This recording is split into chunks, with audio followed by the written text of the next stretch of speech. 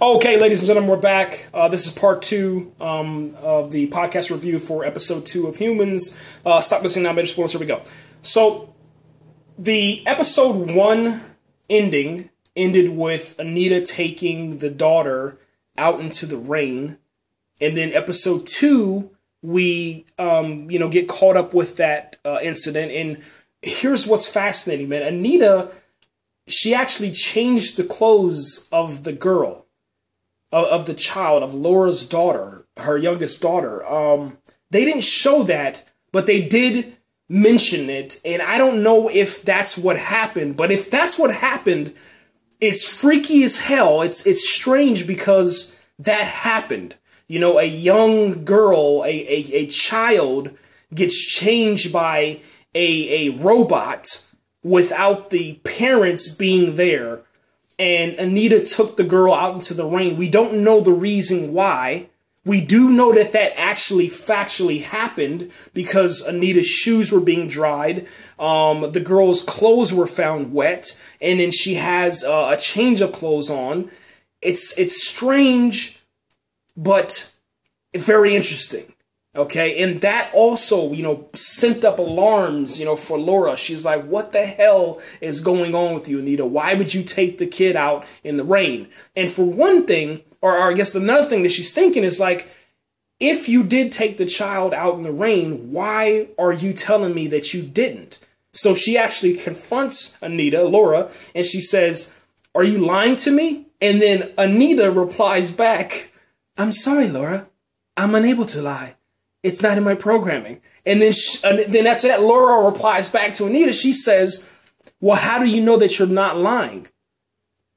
It was the craziest thing ever, man. And one of the other fascinating elements of tonight, man, was that Anita says to Laura, I'll always make sure that your child or your children is safe, especially the little girl. I don't know, man. I don't know. We're getting into such great, storytelling and sci-fi moments that it just makes you wonder. Excuse me, guys. Hold on one second. It just makes you wonder, is it possible for the synth to actually, feel and love and protect? Can they be human? Can they have the human characteristics and traits that we all have, because, every human loves, they love, they hate, they fear, all those things, those elements that we have, those emotions. And sometimes it seems as if, the synth, especially Anita, she feels that. Now, here's where it's going to get crazy, man. And you got to bear with me, man. I'm going to try to explain this the best way I can without laughing, because it's not funny. It's a real moment, and that's what makes this show so special, man. Okay, here we go. There's a teenage boy, and this is Laura's son. Okay, so Laura has a son and two daughters. The son is a teenager, probably between the ages of, I don't know, I would go 15 all the way down to 12, maybe 13. That's kind of pushing it. Maybe 16 down to 13. Who knows? The teenager girl is probably between the ages of 15 and 17. Let's just do that. And then the little girl is probably between the ages of, I'd say, 5 and 8. Now, the teenage boy, let me tell you, I'm trying. Anita comes into the room, right? She comes into, all right, let me, I gotta, hold on, let me gather my thoughts, man. Let me gather my thoughts. Okay, so Anita is cleaning the house. The teenage boy is watching Anita clean, okay? She knows that he's watching. He knows that he's watching her, but he doesn't know that she knows that he's watching. So he's sitting there staring at her as she's bending over and she's cleaning. She turns real quick and she catches him looking at her. And then after that, he's all embarrassed. So she opens the door, comes inside his room, and starts picking up clothes off the ground. She's about to grab his underwear and he stops her. No, I got it, Anita, okay. And after that, she leaves, he closes the door, and I'm pretty sure right there, that's where the masturbation happened, okay? So he's fapping up in there, everything's going crazy. So we don't see him again until nighttime. All right, so from the moment that he closed his door, started beating off, and then after that, he comes down for a glass of water at nighttime as Anita is recharging her batteries. Now, here's the thing. He comes out of the room and he's like in, how do you want to say, he's out of breath. This is what I'm saying. I'm trying to be serious. He's out of breath. He pours a glass of water. He's just breathing. And then after that, you kind of notice that, okay, man, he's kind of nervous. He takes the glass of water. He walks over to where Anita's charging at, pulls out a chair, sits down, puts the glass on the table, and then reaches out. And you're sitting here looking at the screen like, do not touch this synth, okay? Leave Anita alone, okay? She's not doing anything to anybody. Do not go there, man, please. And this is what I'm screaming at the screen, okay? Anyway, he reaches his hand out and he touches Anita's hand and he tries to, like, you know, grasp it. I guess hold hands, if you will. Hold hands with a synth, okay? Hold hands with Anita. As soon as he starts touching her hand, Anita opens up her eyes and she says, "Is there something I can help you with?" And she scares the hell out of him. And then after that, he's like, "Oh, you're awake," or whatever, okay? He tells her to go back and sleep and, you know, start charging, go into power save mode or whatever, and then pretend like he's not there. Anita, she goes back into power save mode, all right? And then you think it's good. You think, okay, well, he's learned his lesson, you know, that he knows that she's awake and everything's good. But he sits back down, and I thought he was going to grab for the hand again. No, he actually starts reaching towards her breast, okay? Her synthetic breast.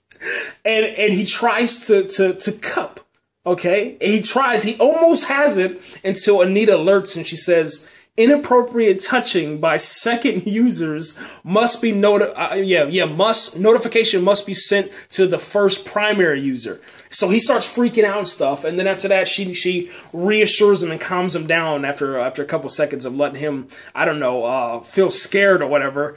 She calms him down and says, you know, just because there wasn't any inappropriate touching, everything's good to go. I don't have to notify your parents, and this never happened.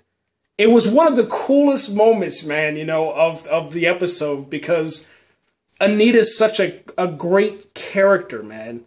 You know, it's just fascinating because you're like, you know, why would she do that? The only reason that she would do that is that she was human before. So this is what I'm thinking, man. And it goes back to when I reviewed the pilot episode, when I did that podcast for that, and I said that I think that an accident happened with an actual human, and they're taking bodies and making them into these synths. That's what I'm thinking. That's my conspiracy theory. I'm sticking to it until episode 3, until they prove me wrong, okay? Because she wouldn't know anything about a human boy, a teenage boy being embarrassed. None of that stuff. She wouldn't know anything unless she's experienced it, unless she knows about it, you know? It's fascinating stuff, man. The last thing that I can cover, man, let me see, 6, 7, 8. Okay, I got about 2.5 minutes. All right. So the last thing that I'll cover, man, is Leo, man. Leo is well, actually, no, I'm gonna have to break this into a third section, man. I'm gonna have to, man. The reason why is because there's so much to cover in this episode. Okay, Leo is looking for Anita. We find out that I'm not gonna tell you what happened. What we find out about Leo, because I think that that's best kept until you watch the episode. But I will say this. We find out that there's some really bad guys inside of this world, this humans world.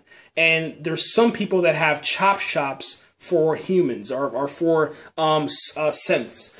And they don't care about anything. If they find out that a synth is special, it's worth more money, but also they experiment on it, and they do some crazy stuff to it, man. Right now, there was, I don't know his name because I don't think they really gave it, or I have to go back and rewatch it, but he's on the table. He's been captured, and there's a memory inside of his memory bank that keeps repeating. And that's how they get a picture of Anita, and that's how they're tracking Anita. And Leo is still trying to track her down, man.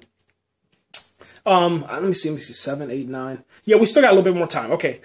Last thing I'll talk about, there's a, I think her name is Niska or Liska. Yeah, Niska, man, played by Emily Barrington. She plays the stripper prostitute Synth, and tonight she's had enough, man, and she broke out of the actual strip club, red light district, whatever you want to call it, and she killed a human being. I don't know what effect that's gonna have on the Synths. I don't know what's gonna happen. But we did get introduced to a couple. And this couple has this synth called Simon. Simon is taking care of the husband, who I don't know his name. He's taking care of the husband's wife, who has some sort of either spinal cord injury to where her legs don't work. And the husband is actually jealous of Simon because of their relationship. And we find out that he's an investigative detective for some of the crimes that happen in regards to synths, man. I think that's it, guys, because I'm running out of time, man. If I think of anything else, I'll try to upload another podcast review. Sorry that went for 2 episodes or 2 parts, but, you know, I had to get it out, man. We're out of here, man. Comment, like, subscribe, share this video, and that's it.